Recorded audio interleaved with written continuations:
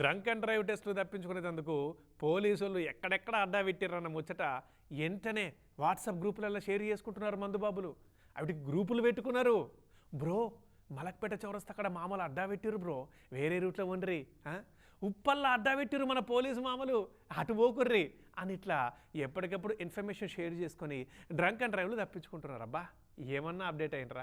అయితే అంతకన్నా జబర్దస్త్ ముచ్చట ఇప్పుడు నుండి పెద్దపల్లి జిల్లా గోదావరికని మందుబాబులు కూడా అదే టెక్నిక్ ఫాలో అవుతుంటే ఆ మందుబాబుల మైండ్ బ్లాస్ట్ అయ్యే రివర్స్ ప్లాన్ వేసిండు అక్కడి ట్రాఫిక్ ఎస్ఐ గారు. అతడి కంటే గనుడు ఆచంట మల్లన్న అన్నట్టు మందుబాబుల వాట్సాప్ గ్రూప్ ఐడియాను వాళ్ళ ఐడియాతోటే మస్తు బ్రేక్ చేసిండు కదా ఈ Ramagundam traffic SI Harishankar sir. ఇగో పోలీస్ మామల స్క్వాడ్ అని పేరుతోటి ఓ వాట్సాప్ గ్రూప్ క్రియేట్ చేసి గోదావరికని సిటీలో ఎక్కడ డ్రంక్ అండ్ డ్రైవ్ టెస్టులు పెట్టినా వెంటనే ముచ్చట గ్రూప్లో షేర్ చేస్తున్నారట. మళ్ళా గ్రూప్ అంటే అది కూడా మామూలు గ్రూప్ కాదు, ఏకంగా 1024 మంది మందుబాబులున్న గ్రూప్ ఇది. ఈ ముచ్చట ఎట్లా బయటపడ్డదంటే వాట్సాప్ మెసేజ్ చూసుకోకుండా డ్రంక్ అండ్ డ్రైవ్ టెస్టుల పట్టుబడ్డ ఓ మందుబాబు ఫోన్ చూస్తే బయటపడ్డదట.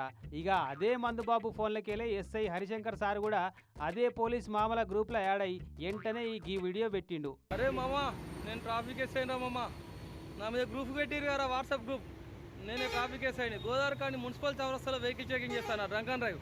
రండ్రా మామా రండి చూసుకుందాం. చాలా రోజులు అవుతుంది రా భయ్, నేను నా మీద మీరు గ్రూపులు పెట్టుకొని తిరుగుతున్నారు తప్పించుకుంటారు అన్న విషయం చాలా రోజుల నుంచి వెతుకుతాను, దొరుకుతలేదు. ఈ రోజు దొరికిన భయ్. రండ్రా భయ్, 1024 మెంబర్స్ ఉన్నారు గ్రూప్లో, ఎవరిని వదిలిపెట్టా.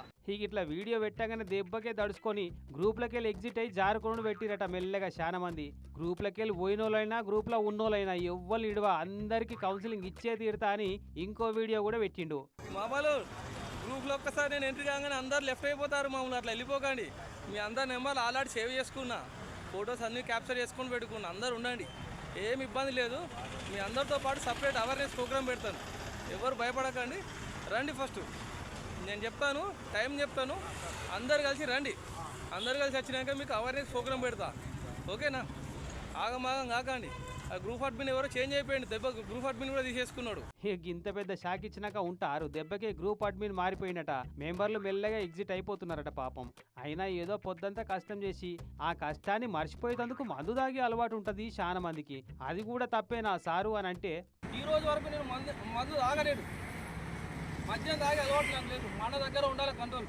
నేను పని చేస్తాను సార్, పొద్దున్న దాకా పని చేసేస్తా. అంటే చిన్నప్పటి నుంచి నేను కూడా వ్యవసాయం పని చేసినా, అన్ని రకాల కూలి పనులు చేసిన వాడిని నేను. నాకు ప్రతి పని వస్తుంది, ఈ పని రాదు అనడానికి లేదు. మరి అప్పుడు కూడా నాకు అలవాటు కాలేదు. మీరు ఎందుకంటే యాక్సిడెంట్ నుంచి తప్పించుకోలేరు. ఫోన్లు చేయించో, రికమెండేషన్ చేయించో, మా దగ్గర నుంచి ఫైన్ కేసు కాకుండా చూసుకోగలరు కావచ్చు, కానీ యాక్సిడెంట్ అయినప్పుడు మీ ప్రాణాలు కాపాడుకోవడానికి ఎలాంటి రికమెండేషన్ పనికిరాదు. మీరు వాట్సాప్ గ్రూప్ పెట్టుకొని నా నుంచి తప్పించుకుంటారు కావచ్చు, కానీ తాగి నడిపితే యాక్సిడెంట్ల నుంచి అయితే తప్పించుకోలేరు కదా.